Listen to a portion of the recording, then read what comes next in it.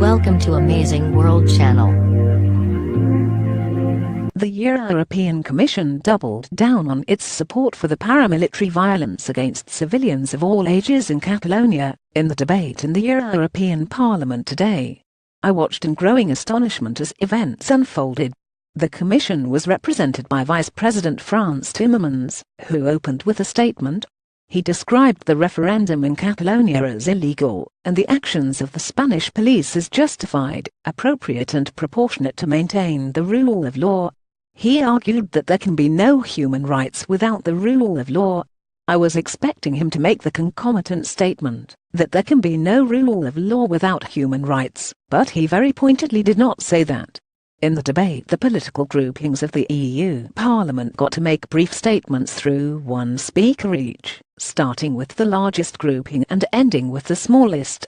It was only once you got down to the very small parties that human rights were mentioned at all, but they did it repeatedly. In responding to the debate, Timmermans ignored this angle entirely. Timmermans said rule of law an amazing 12 times during his brief closing statement, and said human rights or fundamental rights precisely 0 times. At no stage did Timmermans acknowledge that the Spanish Guardia Civil had viciously attacked peaceful civilians of all ages. In fact, Timmermans' statement and response together, with their refusal to recognize at any stage any rights of the citizen, and their forthright endorsement of the right of the state to use force, could have been uttered without altering a word by Franco or Pinochet. The refusal of any of the larger parties, even to contemplate for one moment the possibility that the Catalan people might have a right to self-determination, was chilling.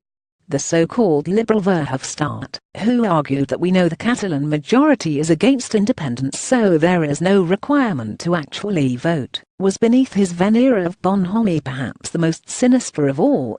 Only the Greens mentioned the UN Charter and the right of self-determination. Such was the extraordinary tenor of the general advocacy of crushing Catalan aspirations, that the Polish Law and Justice Party came across as more reasonable than the mainstream of the EU. It was, in short, horrific. I am afraid to say that it left me in no doubt whatsoever that I have made the right choice in declining further to support membership of the EU. I continue urgently to need contributions to my defense in the libel action against me by Jake Wallace-Simons, associate editor of Daily Mail Online. You can see the court documents outlining the case here.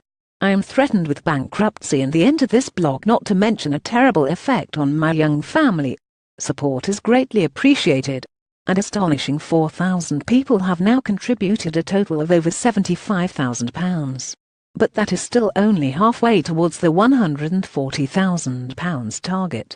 I realize it is astonishing that so much money can be needed, but that is the pernicious effect of England's draconian libel laws, as explained here.